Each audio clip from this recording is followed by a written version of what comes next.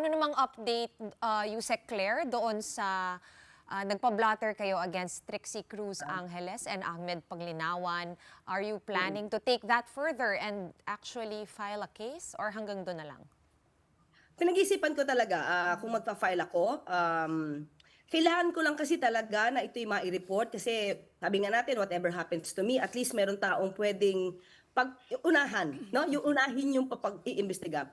Hindi naman po kasi biro yung sinabi sa akin eh. Hindi biro yung kinontent nila at ito'y isinapubliko pa. Ang sinabi kasi, kung ilalaglag ka ng humans mo, appendix and coccyx mo lang ang walang latay sa pinaggagawa mo. So, ibig sabihin, inner ano yun, part ng body yun eh. So, lahat ibig sabihin, mula ulo hanggang paa, lahat yan, latay.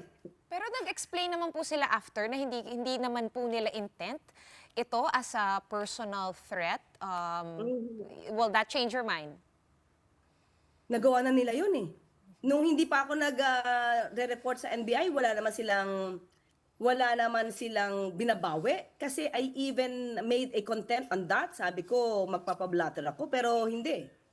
Sinabi pa nila na ano eh, parang, bakit ikaw, kapag kami sinasabi ka, sa ibang opisyal, ganyan-ganyan, di ba? Pero, iba po kasi yung freedom of expression na ikaw yung bumabati ko sa opinion na iba, nagre-react ka. But, the threatening remarks, hindi po siya sakop ng freedom of expression.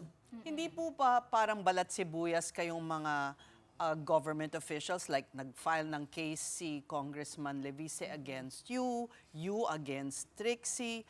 Hindi ba parte po yan ng trabaho ninyo na kayo ay nakikriticize, kayo ay napupuna? Na okay lang sa akin magpura. First time ko itong magpa-record. Record pa nga lang to eh. Hindi po ako nagpa-file pa ng case. Although I was asked to sign a complaint sheet para may record. But wala pa po akong pinang-file.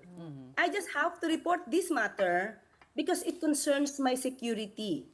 So mahirap po yun. Iba po kasi yung usapang, mali ka sa opinion mo, ganyan. It's okay with me. It's fine with me.